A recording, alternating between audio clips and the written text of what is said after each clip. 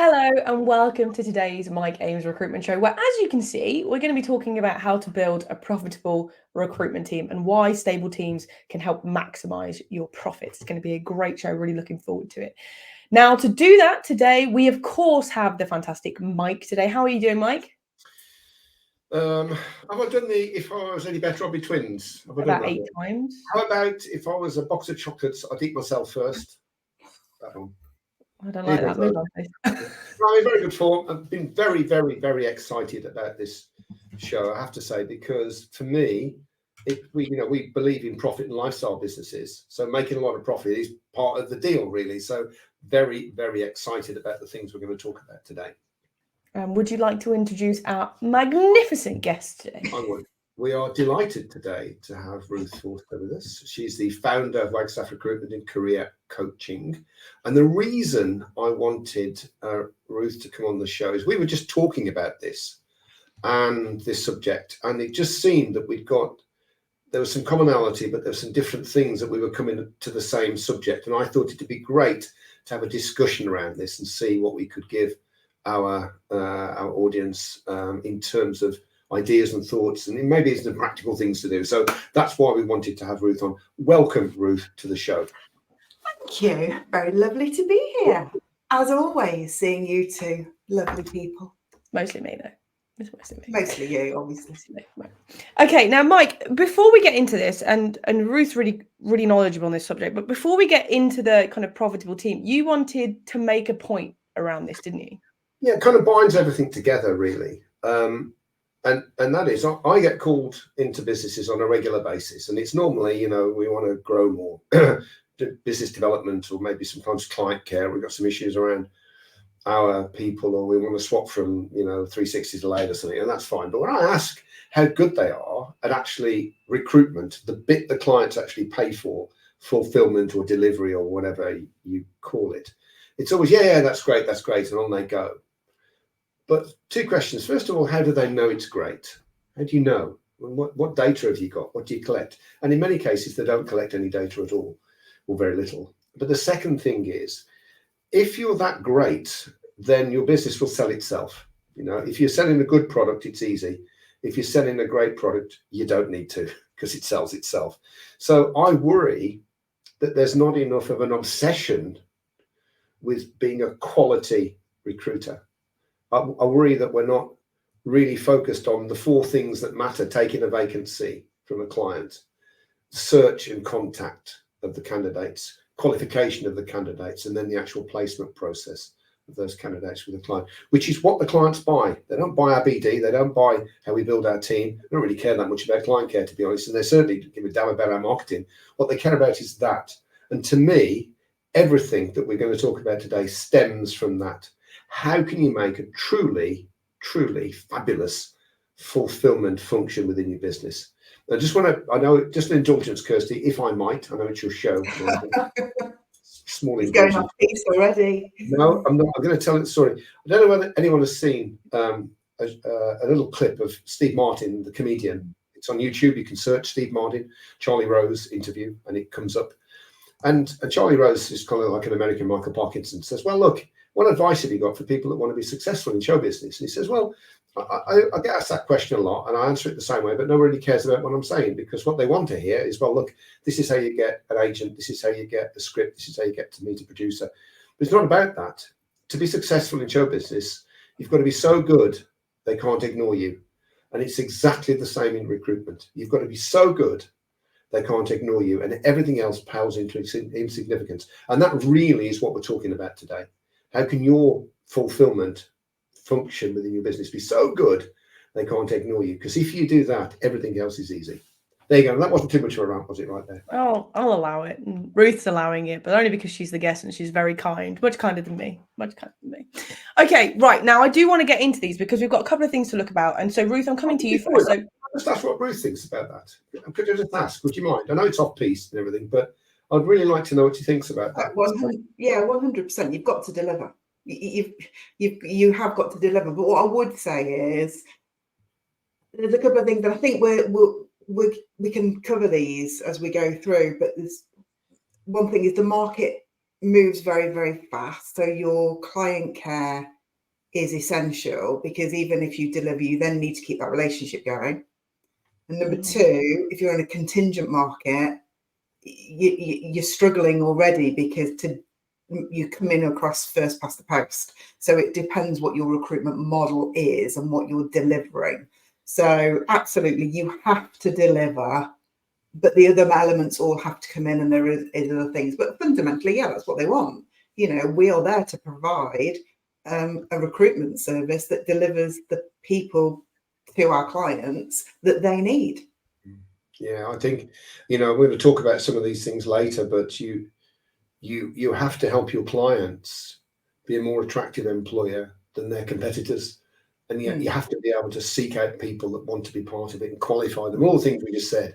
And I take your point exactly. I don't disagree with what you said about the model that you use and the markets that you work in. But ultimately, whatever it is, there is going to be somebody who's better than somebody else in that space. You need to be that person, right? I think I put in one of the posts I put, to me, that first thing is as important as all the other things added together. They're all important, and you need to do them all. But if you're not very good at what you do, and you've got a brilliant marketing client care, they won't use you, because you don't get the right CVs for them. So I think they're all important, and we obviously support all of them in our program. But really, it is about being fabulous at what you do. That's what I think. Oh, and we are going to move on, but Kirsty, great name by the way, has made an excellent point where it also has to be the right fit for the candidates, because you do in recruitment obviously have two different types of clients. So Yeah, that's a really good point. Yeah, that Kirsty's made there as well. Thank you, Kirsty. Okay, so Ruth, I'm coming to you first because I want to hear you more than Mike. So the first thing that we're going to look at today is whether working in a 360 or a layered model, and how you think that affects the kind of profitability of a recruitment team. So I'd really like to hear your thoughts on this. Okay. So I've worked both. I was a 360 recruiter. I've been in recruitment 30 years. So, I was a 360. That's what I did. And I was a 360 who did permanent and contract together. So I wasn't a perm recruitment or temp recruitment. I did engineering recruitment, and I did the whole thing. My client was my client, and I fulfilled. And whilst I think that made me a really good recruiter, it did in the 90s and into the 2000s. However, we have got so many different layers of how we need to engage with people and attract people now, that I moved to factory model when I had my business, which was, and it didn't start off that way, but that's where we are, because over the years, the things that I've learned, and one of the things that I've really learned is hire people who are brilliant at the stuff you're okay and adequate at, so they can go and be brilliant, and you can be brilliant at what you do. Now there is an overlap, so that as a team you work together so people can pick up certain things. But in the world we're in, where we need to engage with people in lots of different ways, not to make some of us sound as old as maybe we are, but it was very simple in the 90s to do recruitment. You placed your adverts and sent them to the newspaper on the Monday. They went out on the Wednesday. You do all your interviews on the Thursday and the Friday, booking them in with the slots for the client that the client had given you. You did the interviews, and then you'd be out doing BD. My day was Tuesday. I was very, very structured. But now you don't know when somebody's going to apply for a job. You don't know where what mediums they're looking at. You don't know how to influence them. You don't know. So that candidate engagement, attraction, rapport is very multi-layered compared to how it used to be. So whilst 360 can work, and it's got too many risks for me now, and I don't think people can play to their strength and be absolutely brilliant at what they do. I think that's such an interesting point. I hadn't considered the difference between the 90s and now, considering how available everybody is and how there's no kind of structure to it. That's such a fascinating point. Mike, what do you think? Well, I can't comment on the 90s because I can't remember them. I'm sure they were great. Who knows? It was a good decade for me. Yeah, I had the risk of being boring. I agree with what Ruth said, but I think that I want to just drill down on one of those things, really. If you had a cricket team of all-rounders, you'd never win anything. You'd never lose anything, but you'd never win anything either. The way in which you create a winning team, a profitable team, is get people to do what they like and what they're good at, and then make them better and better and better. I don't think you'd reach the 10,000 hours because that's 10 years. And I don't think anybody wants to do anything for 10 years, the same job. I mean, it changes, but the more you do something, the better you get at it. And if you've got a team of people that are stable, we're going to talk about stability later, stable teams where people, you haven't got comers and goers all the time and people being promoted to a level of incompetence and so on. Stable team where people are doing what they're good at, what they enjoy and what they get paid for. They will deliver more. You will make more revenue for the same amount of cost, and most of that extra revenue goes straight to the bottom line, because that's the deal. And we've had a whole show on this, how to raise revenues and keep costs the same, because that's how you become mega profitable, simple terms, right? But what we're talking about now is how do we do that with the team? And I think division of labor, where you do get people to focus and you can train them and coach them and let them do that thing and be happy in their workload and be paid well for it, I think is absolutely the right thing. Okay, fantastic. Now, I'm not going to spend too much time on this because it is something we talk about. Although Paul has said, Mike, that he can't remember the 90s either, although he was with you. So I don't know which one was. I was hoping you could remember those, Paul, but obviously not. No, so fair enough. Okay, all right. So I want to go on to the next topic, and I know that this is something that Ruth, particularly, you really kind of believe in, which is around management styles. Because when you're managing a team, especially in a layered model, you're going to have different people who have different kind of. Some people may be more shy and reserved. Some people may be very outgoing. So how do you think management style affects the team and therefore the profitability of the company? I think I want to take it back a step first, because the different management styles, but even before that, are you a manager or are you a leader? Ooh. Didn't say that. Now, somebody, it brought it front of mind because I saw an interview and somebody made the same comment that I've always thought. So I will say that I don't believe I'm a great manager, but I believe I'm a stronger leader. Interesting. And what I mean by this is so I'm very lucky. I had my business for 14 years, and we've been up to a team of 12, and we are a very stable team of 5. And I do not need to manage my team because they self-manage. And what I think I'm great at, if anybody of my team is watching, they're more than welcome to disagree with me on this, is to lead. And the difference for me is a manager is managing the operational activity of what is happening within that business and making sure stuff gets done, people are developed, the day-to-day things are happening. A leader, and you have an element of each. So a manager will still have leadership qualities and attributes, and a leader will still be able to manage, but just not as good. A leader will be always thinking ahead, and I'm laughing because I used to come back from events and go, oh, I've got this brilliant idea, we're going to do this, this, and this. And I would see my team literally go, oh my goodness, what is she on with now? Yes. Okay.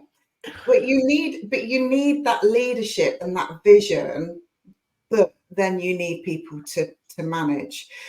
And in the early days, so I set my business out with a very clear understanding of when I was looking to hire people and bring those into the business, that they would have the freedom to work within a framework. We were an adult to adult relationship, and they had the freedom to work within the framework. My problem was I struggled with people who needed more management. And it wasn't that they were rubbish at their job. And I will say this as well, is that I don't think I've ever met anybody that's really rubbish at that's rubbish. Because, and again, this is something that I heard 10 years ago and I've pulled on, is they have got brilliant qualities. Everybody's got brilliant qualities for what they're doing. But they just can't be brilliant within your organisation or in that job. So you need to let them go and be brilliant somewhere else. And sometimes that is because you're not the right manager for them. And it comes back to Kirsty's comment about it's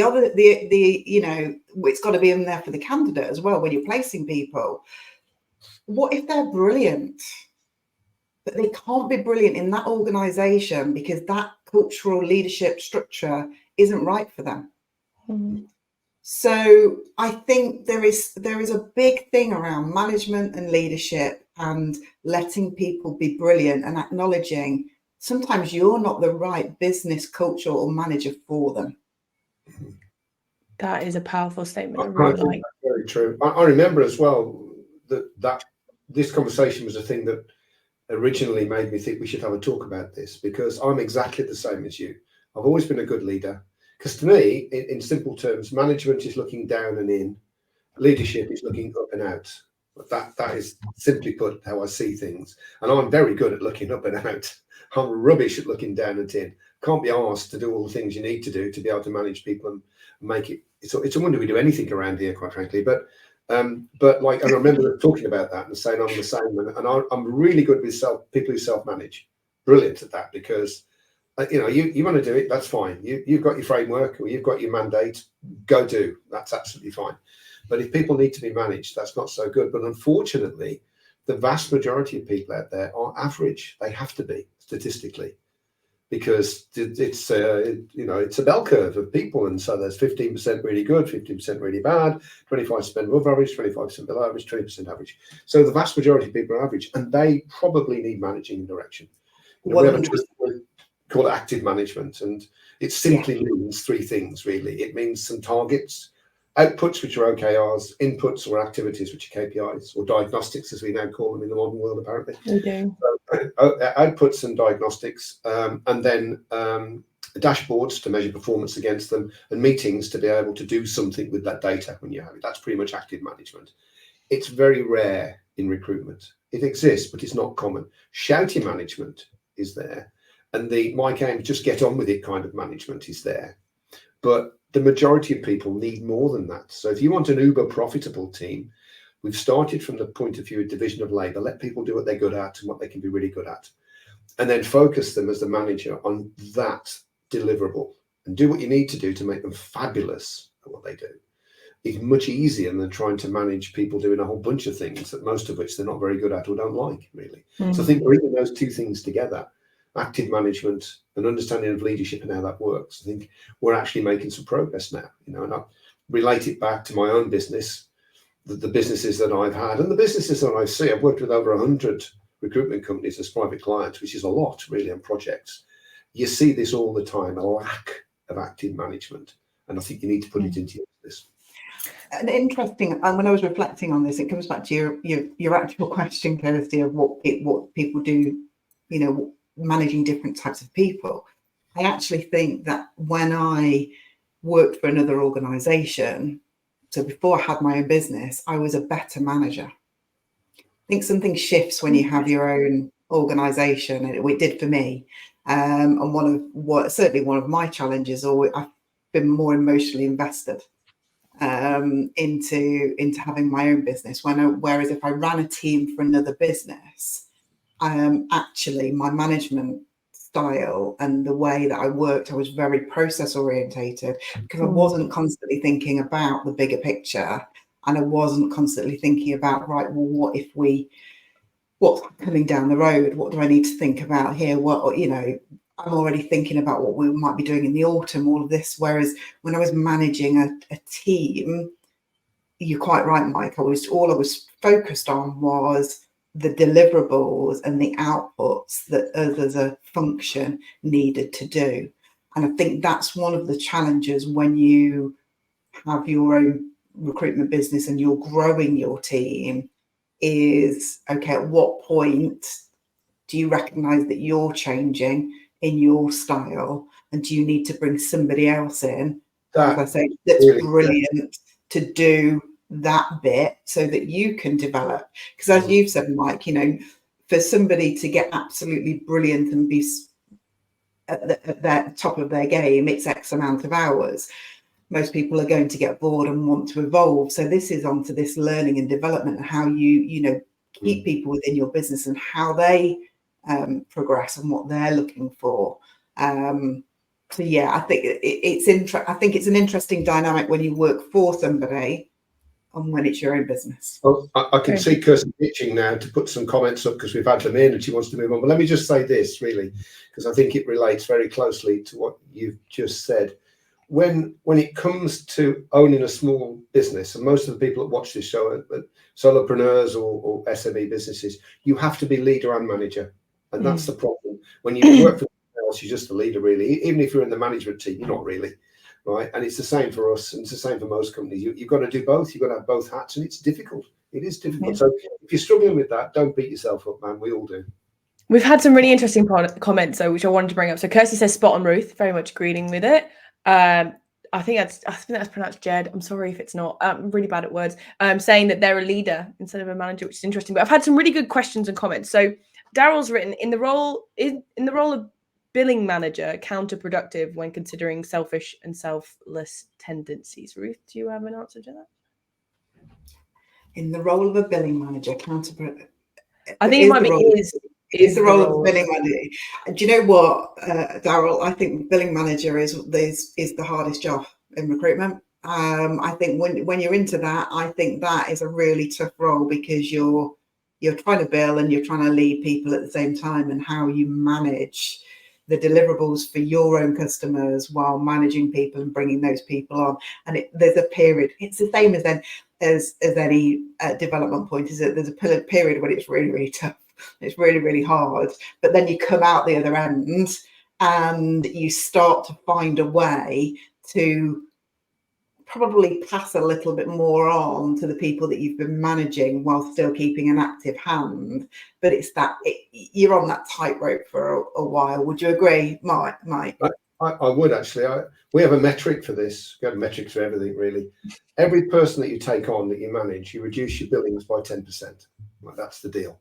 Okay. Yeah. Now, in actual fact, you think, oh, that's 10 people, I don't bill at all. Well, no, it's about 7 or 8, because the other 20% is the lead. You're doing other stuff, right? As a manager, not just managing people that do. If you're taking on rookies, then it's reduced by every 15%. Taking on experienced people, and it might be 5%, but it's an average 10%. So if you're in a position where they give you people, but still expect you to bill the same as you were before, you need to push back on that, because you're going to let somebody down. You're not going to do everything. You're either not hit your targets, or you're going to let your team down, and neither of those are acceptable. So good point. Interesting. And then we've had another good point that I want to bring up just before I go to the next question, which is the management creates the environment and people bring in the culture. So it's more of a hand-in-hand relationship to build a healthy workplace, which I quite like the point of view on it. It's like a symbiotic thing. Everybody works together, which I quite enjoy. Yeah. And then we've had a really good question from Jamie. So Jamie's asked, is it unreasonable to believe that to get the very best out of people, they still need to be managed? They might not need to be managed in order to meet an acceptable performance, but would they perform better with more management? And Ruth, do you have an opinion on that? Yeah, look, I have started with, I see myself as a leader rather than manage, but I still manage. Mm-hmm. Yeah, so I still manage the processes, and I still manage, and for us to be able to deliver what we need to deliver, there is an element of management in there, and management does need to be done. And let's also be honest on this, and for me, is even when you're running your business, you could do with some management as well. I know I could, and I'm certainly sure that Mike needs to be managed. That's my. I have a coach for that. I have a coach, because you can't see the label from the inside of the jar, can you? So I have a coach for that. Yeah, exactly. So and that comes to one of the biggest things for me is, yes, fine. Everybody needs to For us to perform to the top of our ability, there needs to be an element of management, yes. I just want to chuck a small thing in on that. I know Kirsty, I can see Kirsty's face. She wants to move on now, I can tell. But very quickly before we do, we have a thing called privilege of performance. So when you define your OKRs, your outputs, right, so this is what you've got to deliver. And then your diagnostics or KPIs are the kind of activities to deliver those outputs. If you consistently deliver on those outputs, then you get extra privileges. And one of them is more of a hands-off management by exception, it's called. So in other words, unless we need to meet and talk and manage you, we don't. If you want to be managed, that's fine. If you want some help, that's fine. But if everything is as it's supposed to be, we'll just leave you alone, basically. It's called privilege of performance. I mean, there's a bit more to it than that. But I think if people are managed when they don't need to be managed, it ultimately pisses them off and they'll leave, is what I think. Yeah, I think it's a fair point. Now, I do have to move on, guys. I've given a bit more time to this because I know it's something that both of you feel really strongly about. But before we move on, we're going to look at EVP, that employee value proposition, and how you can attract the right people. Before we then, Mike, we've got a message from our sponsor. Yes, we do. Isn't that me? Yeah, it is. Yeah, it is. Okay, right. So just want to promote our Profit and Lifestyle Recruitment Summit, which we do. Just at the moment, we're promoting that through these. We run them in Birmingham, Manchester and London. And essentially, it's a full day with yours truly and the team. And we are going to help you understand what structure a profit and lifestyle business needs to be and how it's different from a scale for sale, which most companies don't scale. So there's not a lot of point doing that, to basically maximize your profits and give you more time and ultimately provide that long-term wealth that we all need to retire and live well. Anyone who's recruited between 1 and 20 staff would work. Now, the good news is that it's only 97 quid plus VAT. It's a little bit more than that in London, but not significantly more. And all you need to do if you're interested in learning more, because there's a big page that explains what we do and how we do it, recruitmentpioneers.com/summits will take you there and you can have a look and see what you think. It's a really, really good day. They're very small groups of 8 to 10 people, and it's a very good workshop. So I would think if you are interested in profit and lifestyle businesses, you should come along. I'll also make sure the link for that is below. If you're watching on YouTube, it will be in the comments below, as well as if you're watching on LinkedIn, so it will be there. Okay, right. I want to move on to the next section, which is EVP. Now, Mike, just to make sure that we're all singing from the same hymn sheet, can you just give us a very, very brief definition of what we mean by EVP? Yeah, sure. Particularly for younger people, millennials, Gen Zs, and what have you, the company that they're going to go and work for is as much of interest to them as the job. They don't want to take a great job in a rubbish company. They want to know some really important things about that company, things we'll discuss in a second. I don't want to overstep myself, but it's over 75% of people actually on the surveys that are as interested or even more interested in the company as the job. So if you don't promote that about yourself, then it's unlikely you'll attract as many of the people into your business as you want. So it's all about an employee value proposition. In other words, what you offer people that come and work for you above the remuneration for the job, right? The salary and commission. So that's what it is, really. Thank you very much. That was quite succinct for you as well. Thank you very much. Okay, Ruth, what do you feel about this? You know, when it comes to, let's break it out into two. Let's first start about what the business believes in, that kind of mission, the vision, the value, that kind of stuff. Do you think that's a good place to start? Yeah, I think it's really interesting within recruitment organisations because we all do the same thing. Mm-hmm. We're recruiters. Your markets are probably going to be different, but there's so many different variables in there of location, how people work, working environment, number of people that are in the businesses, the markets that they're in. And I would say that for a recruiter, they're drivers for them to move company. Let's say they're already in an organisation. How are you going to tempt a recruiter, or even somebody who is not a recruiter at the moment, and you want them to come and move from maybe some sort of sales role into a recruitment role? Yeah, for me, I think people are interested in the client base that you've got, who you're dealing with, the types of roles that you're working on. If I was helping somebody and coach them for an interview going into a recruitment business, I'd be asking them what their fill rates were. I'd be asking them what their average fee was. I'd be asking about how many, what's their retention rate within their staff, how long people have been with that organisation. It's how somebody feels. So you go back to culture. It's how somebody feels going to work. Are they excited to be working with the people in that business and with the clients they're going to be working for?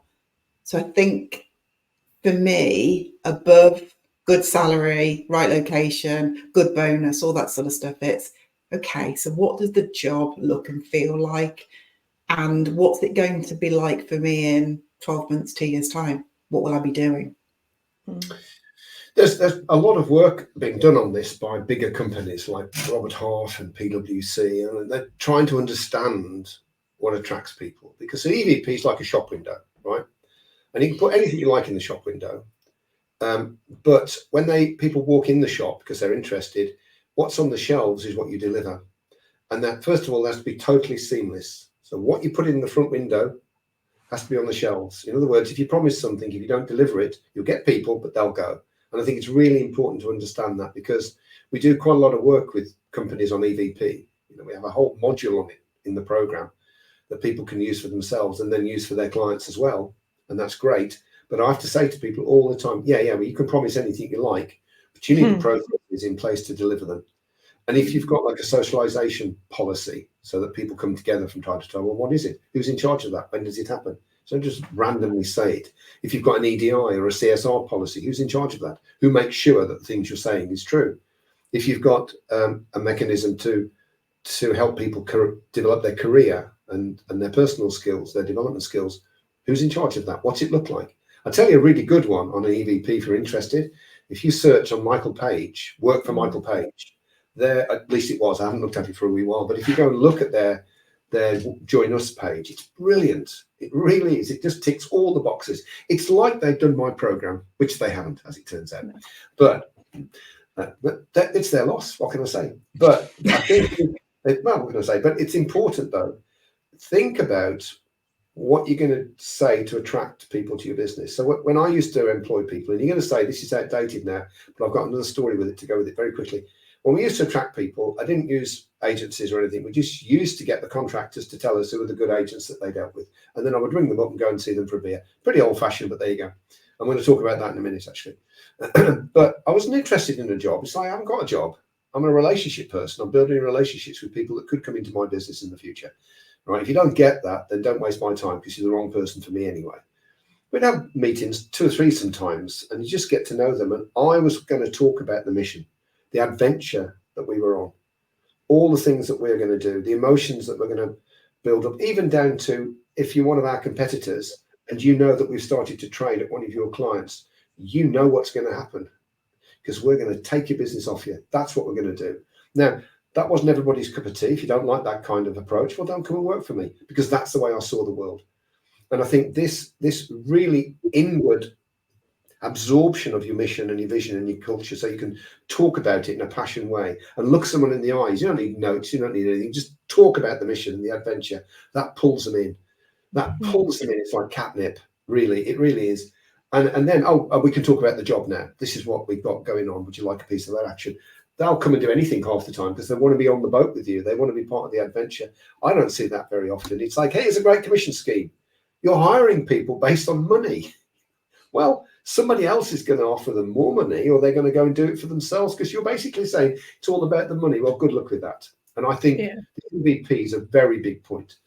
Really, I'm very, very passionate about it, as you can probably tell. Yes, I think I can. Now, I think it's great, and I think it leads on well to our next point, but I just want to bring this up. Jed said you need mission, vision, values, clear messaging, flexible working, which is, I think, most places have now, being neurodiverse, or being in an environment where people who are neurodiverse can flourish, and have a people pack, which I quite enjoy. It's just kind of aligns to a lot of what both of you said. But based on an EVP, if we look at EVP as attracting the right people to us, I think an important part of building a profitable recruitment team is being proactive and being intentional and actually qualifying those people who come to us and make sure that we're hiring the right people for us.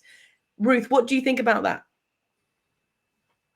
Yeah, it's the classic thing, isn't it? We're all recruiters, and how do we recruit for our own businesses, and how well does that process go, and how not so well does that go? Yeah.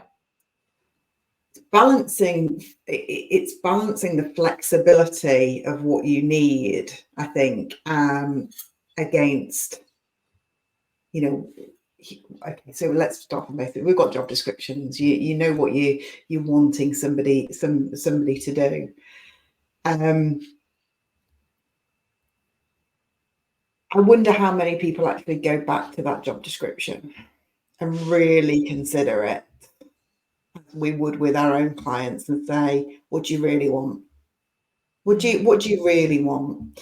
And how much can you teach? And how much is going to be on behaviours, and how much are your behaviours linked into your interview process, which then links back to your culture? And how do you ask the right competency-based questions in an interview to get an example of how somebody will behave when they come and work for you? Because I think that's the thing. If we take qualifying people to work for our clients or for us, I think within the recruitment sector, a lot of it is around this behaviour, values and culture. And as we've said already, there's a lot of recruiters out there that can be brilliant, but they won't be brilliant within your organisation because they won't fit what your business, how it's ran, what its culture's like, and what your expectations are. That was the second thing that we spoke about, where we're completely aligned. I mean, I think we're aligned on a lot of things, but absolutely, you know, if I get great people, and I think in my first business, I probably had, out of 87 staff, I probably had half a dozen or so who I would say were great, like really good. And most of them have gone on to set up their own businesses and be very successful. The majority of people we had were average, because it has to be that way, you know, that's the deal. And I think you have to accept that. They're not going to be like you. Don't be disappointed because someone's not as good as you. As an owner of a recruitment business, you need to build independency. You need people to depend upon the company, the tools, the support that they get, because then they're less likely to leave. And if they do go, they're not going to do you as much harm. I know that sounds terrible, but building a safe business is as important as building a growing business, because if it ain't safe, it'll go backwards at some point. So to get average people, it's relatively easy to get them. To put them into an environment, if you've got the right tools and processes, that's relatively easy. You can make them very productive. But if they've not got the right work ethic, if they've not got the same integrity levels that you would expect, and if they don't buy into the mission, what you're trying to achieve, then quite frankly, it's not going to work out for you. And I think the big biller concept does more damage in recruitment than anything else. Hire big billers, hire big billers. I'm going to fill a room with big billers. Well, first of all, good luck in finding them, because there's about 15% of big billers, and most of them run their own businesses. Not all of them, of course. But also, the chances are they're going to move on. And they're probably not as big billers with you as they would be with the previous business, because it's a different company. Hiring people and putting a structure in place that enables average people to deliver outstanding results is uber profitable. And if someone goes, they're relatively easy to replace. And it's not, I'll make that sound easy, that it really is. But in actual fact, it's not that difficult. And I think it really does come down to the culture and your emotional fits with people. You get the right people that fit emotionally and got the same values as you, and they're prepared to put the hours in, because you can't do recruitment without the effort. Wish you could, but you can't. And they're prepared to learn and continue to learn and get better. Do you know what? It's harder to fail than succeed, in my opinion. I have to agree. Now, unfortunately, we're coming to the end of our time together. I could listen to you guys talk for quite a while, but in a second, we're going to be coming to Ruth and Mike, of course, because he can't help himself, to find out, if you want a profitable recruitment team, what's the first thing that you should do. But before then, Mike, let's talk about the next show that we're running, where I believe we're talking about quick website changes that can increase. Yeah, I've got Rob Garner coming on. Yeah, I'm really excited about this, because I know nothing about it completely. I mean, I'll be asking as many questions as everybody else, but Rob's going to come on and he's going to talk to us about tweaks that we can make, or our technical person can make on our behalf, if you're like me, and forgotten everything I ever learned about the tech, to make you more attractive to candidates and clients and get your website working for you. So if you don't think your website's working for you in the way that it should, join us in 2 weeks. Fantastic. Very much looking forward to that. Now, as we go through, I'm going to, as I said, ask Ruth and Mike what their kind of most positive thing is, but let us know in the comments if anything's really kind of taken your fancy or made you think differently today. Just let us know in the comments. We always like to hear from you. It makes me not lonely over there. But Ruth, let's come to you. So somebody's watching this and they're thinking, right, I want a profitable and stable recruitment team. What would you say is the sort of first thing that they need to do in order to get that? Gosh, it's hard just to do one. Can I have a couple? Can I do a mic? So cheeky, isn't she? But go on. Go on then. I think the easiest thing is for me to look back and say, okay, what would have I done differently? So I've got a good business. I've got a great team. But my goodness, have I made some mistakes on the way? Yeah, I mean the list is long, and some of them more painful than others. So if you're trying to grow a team, you know what? First, understand who you are. First, understand who you are as an individual. Find out where you fit on the leadership and the management style. Are you more manager with leader or more leader with manager? And then hire people that are better at the stuff that you can't do. So, the people in my team are brilliant at stuff that I am average at. And I concentrate on the stuff that I know I can do better than they can do. So as a team, we can come together. And then I will just add one more thing is if you are building a business, make sure you've got somebody that you can that can hold you to account and can help develop you. So for me, get a coach.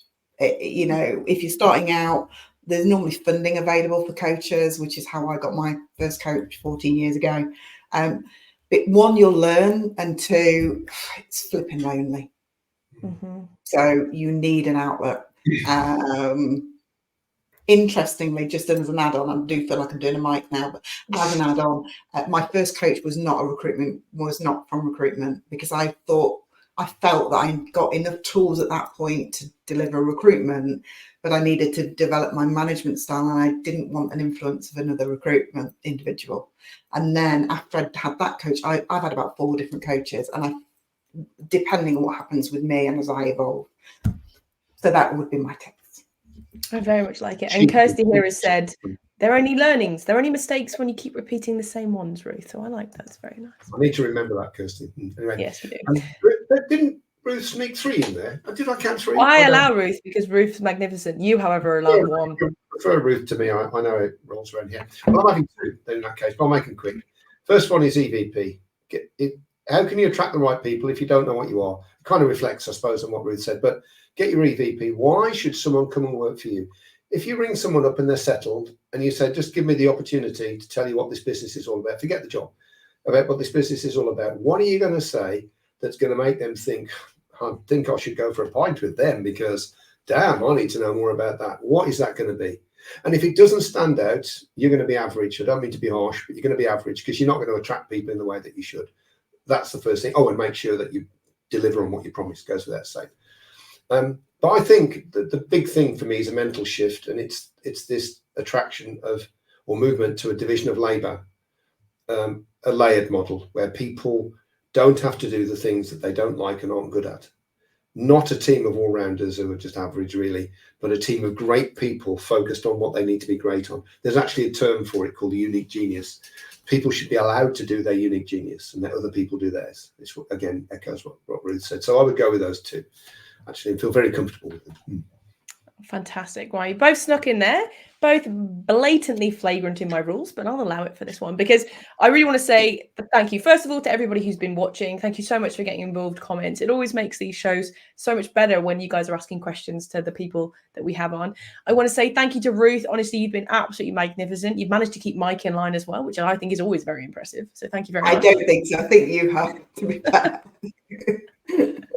So thank you. And of course, I hear probably you. should say thank you to you, Mike, shouldn't I, for, stealing the name of my show and just being great yourself. It's been an absolute pleasure. And thanks again, Ruth, for coming on. I knew you'd be brilliant, and you were. Yeah, My fantastic. pleasure. So Thanks for inviting me. we will see you all in 2 weeks when we're talking about small changes you can do on your website.